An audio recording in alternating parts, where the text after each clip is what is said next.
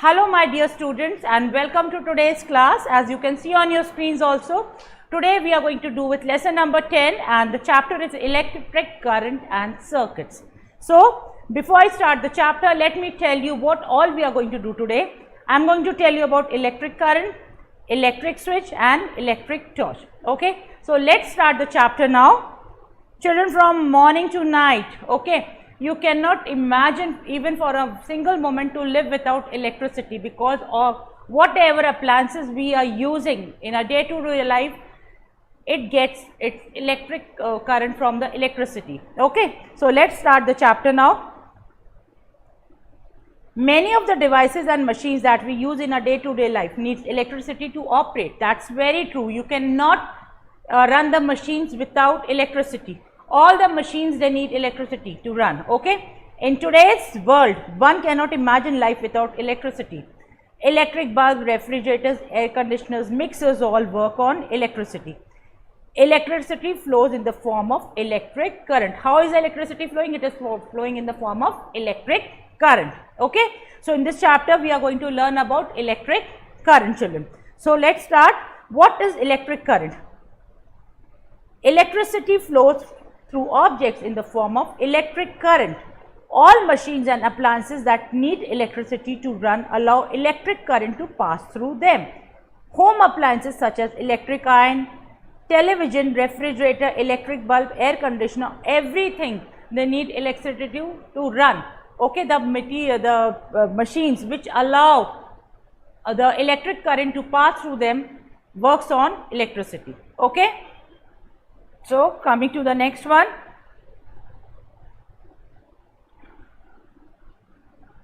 If we see an electric bulb closes, we will notice a thin filament of metal wire in it. This metal wire heats up when electricity passes through it. The heating is so strong that the filament starts to glow. This filament is made of tungsten. Okay. Whenever you switch off the bulb, you can see a thin filament is there and that is made up of tungsten. The moment you switch you let the current pass through it, the filament starts glowing and that emits the light. Fine. Now, what are the sources of electric current? A device which can produce an electric current is called the source of electric current. There are different sources, okay, like the cells and batteries as well as the plug points. Okay.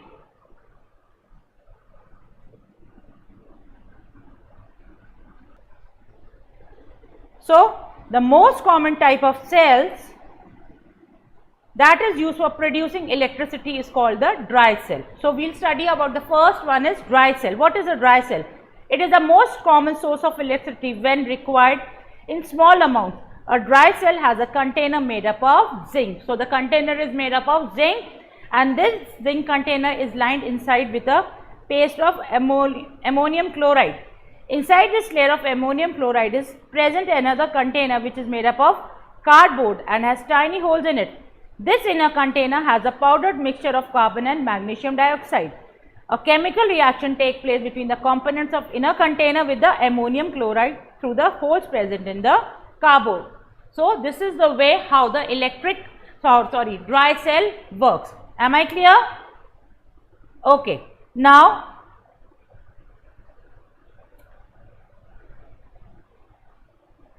one thing very important. The outer zinc container is sealed and the dry cell is packed. In every device which produces current, two ends are present where the conduction wire is attached to draw electric current. One is called the negative end and the other one is called the positive end. Always there would be two ends, positive and negative. Fine. Now, the next one is electric cells. Electric cells used as a source of electricity are of two types, primary cells and secondary cells. Primary cells can be used only once, whereas secondary cells can be used again and again by recharging. Primary cells, they are used only once, but if I talk about secondary cells, they can be recharged and used again and again. The dry cell is an example of a primary cell. Example of secondary cells are those in laptops, mobile, car, batteries, etc. Solar cells are also used for generating electricity. Okay. So now moving to the next page. The next topic is flow of electric current. How does this current flow? For an electric device to run, electric current should be flowing through it. Following conditions are to be fulfilled to generate flow of electric current. First, a source of electric current should be present. Either it can be a cell, it can be anything, but a source of electric current should be present. Second is a wire made up of metal that will allow the current to pass through it should be present. Third, a long wire which starts from one end of the source, runs through the appliances and returns to the other end of the source should be present. As you can see in this diagram also, this is very simple, just go through it. Okay. Now, the components such as cell, wires, bulbs, switches, etc. are components of electric circuit. They can be described by its symbol. Now, the first one is a simple electric circuit. Okay. An electric circuit is the path in which current flows. When a bulb is connected with the help of two wires to the two ends of a dry cell, an electric circuit is formed. This electric circuit allows the flow of electric current and thus electric bulb glows. Electric current will only flow from one bulb to a second bulb if there is no break in the electric circuit. Whenever the break is going to be there, the current would stop there and there only.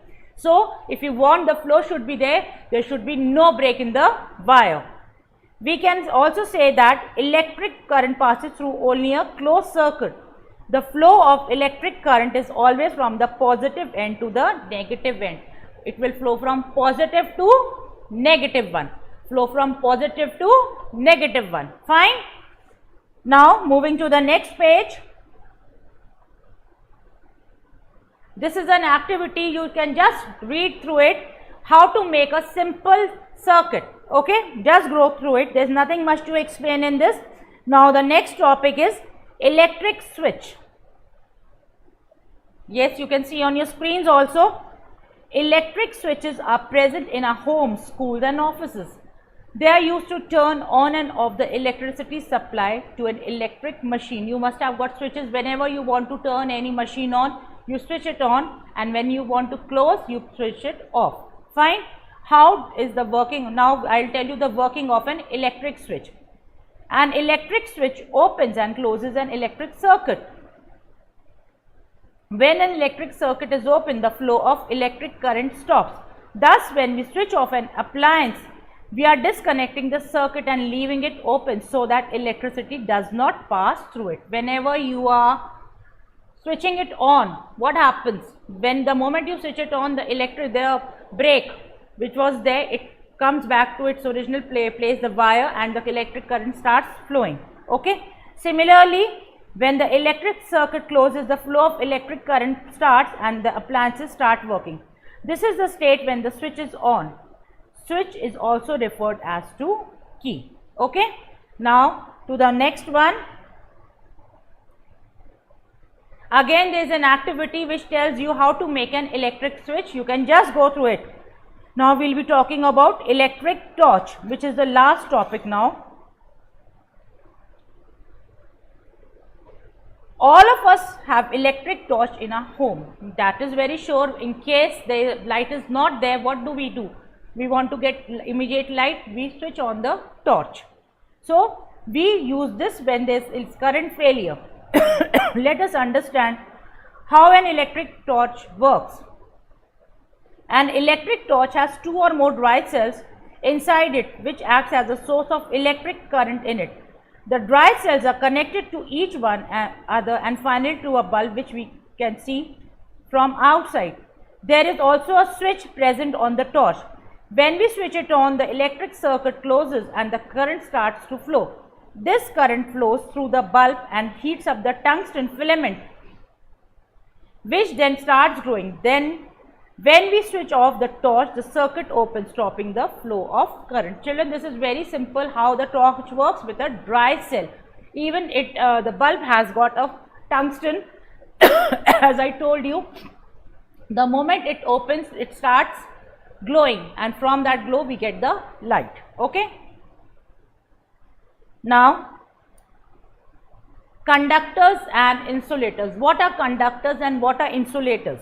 Conductors are materials that allow electricity or electric current to pass through them, and all metals, they are good conductors. Okay. Now, what are insulators? Insulators, materials which do not allow electricity or electric current to pass through them are insulators.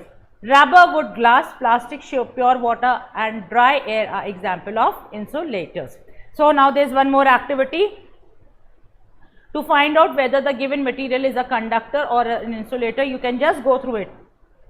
Now, moving to the next one. What are the safety measures to be followed in case we are doing some electric work? Okay, because electricity is also very dangerous. It can take off your lives also. So, children, whenever you are using any electrical appliance, you should take proper care. Okay. Although electricity is very useful for us and helps us in many of our daily activities, it is equally dangerous if not handled with care and precaution.